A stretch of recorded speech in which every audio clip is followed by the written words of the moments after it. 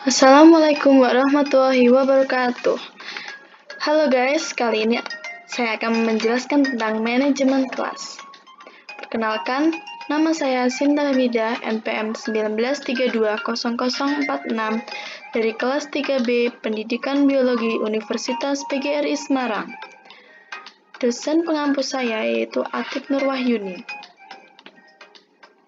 Nah, apa itu manajemen kelas?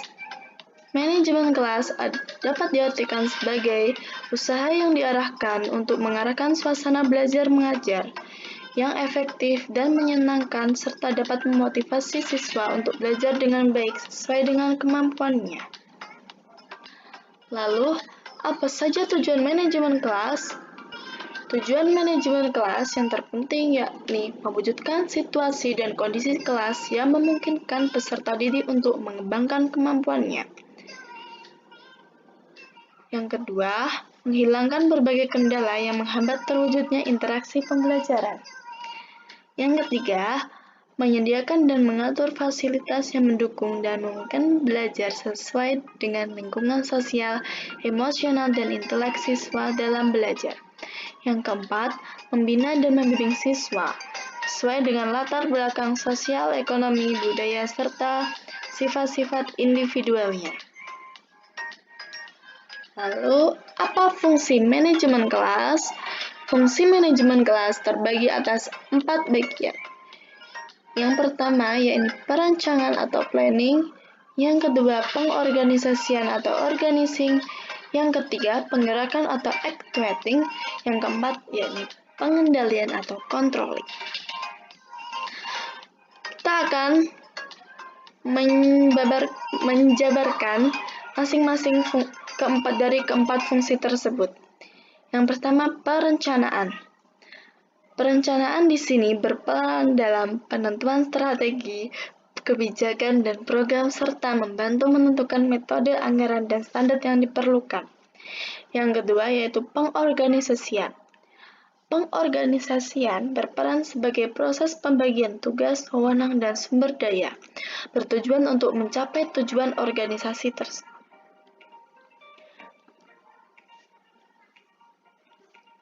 Selanjutnya, penggerakan. Di sini di dalam penggerakan orang-orang diajarkan untuk secara sadar dan bertanggung jawab terhadap tugas masing-masing dalam tujuan mencapai tujuan yang telah disepakati. Yang keempat, yakni pengendalian. Dalam pengendalian, manajemen dalam menilai, mengawasi, dan mengendalikan aktivitas yang mengarah pada pencapaian tujuan yang telah ditetapkan.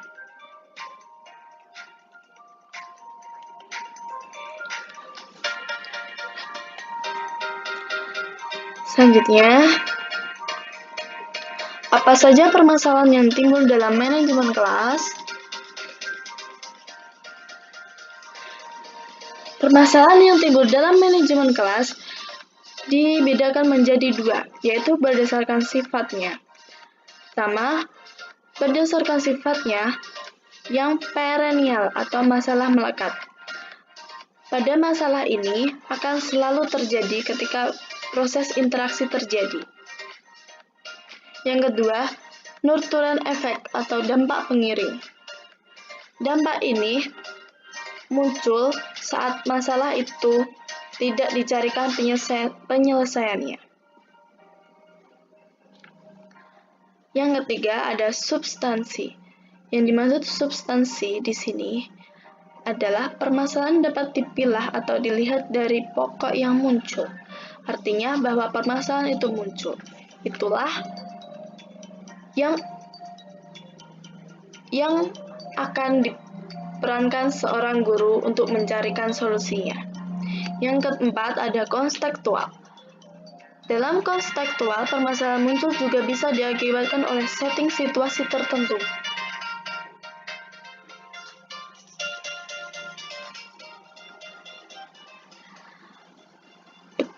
Yang kedua yaitu permasalahan manajemen berdasarkan jenisnya.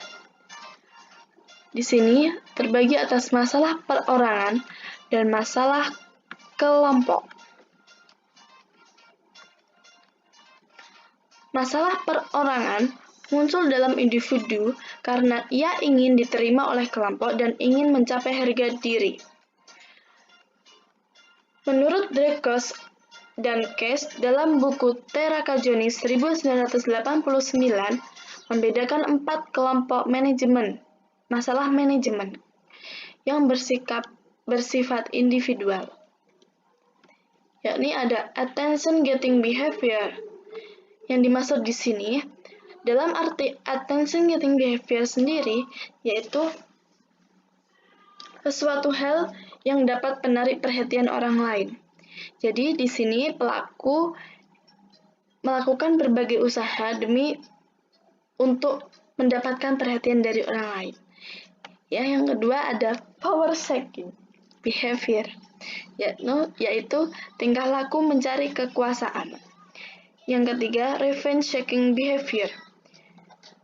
Dalam hal ini, pelaku akan menuntut balas demi kepuasan dan tujuannya pribadi. Yang keempat ada perangkat ketidakmampuan. Di sini pelaku hanya memikirkan bahwa hanya kegagalanlah yang menjadi bagian dalam hidupnya. Yang selanjutnya, permasalahan manajemen kelas dalam masalah kelompok. Louis Fashion dan Mary O'Bany dalam buku Terrakajoni 1989. Di sini, kelas kurang kohesif lantaran alasan jenis kelamin, suku, tingkat sosial, ekonomi, dan sebagainya. Yang selanjutnya, ada membimbing anggota kelas yang justru melanggar norma kelompok. Jadi di sini ada salah satu provokasi yang menjadikan sebuah kelas itu menjadi gaduh. Selanjutnya, semangat kerja rendah atau etos kerja rendah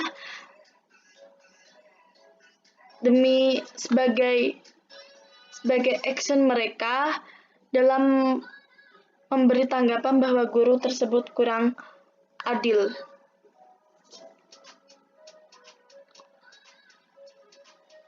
Nah, apa saja yang dapat kita lakukan?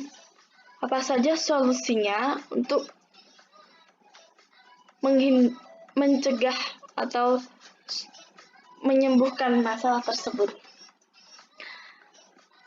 Dalam hal ini mencegah berarti sesuatu yang belum terjadi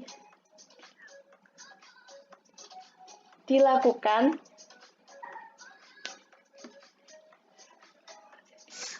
sebelum terjadinya masalah.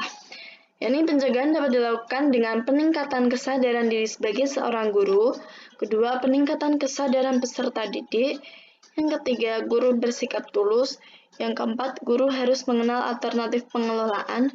Yang kelima, guru menciptakan kontak sosial dengan peserta didik. Artinya di sini, guru berusaha sebaik mungkin untuk lebih dekat kepada siswa dengan guru bersikap friendly kepada siswa-siswanya.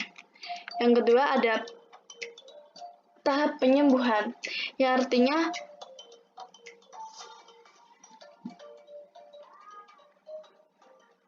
penanggulangan sesuatu yang telah terjadi.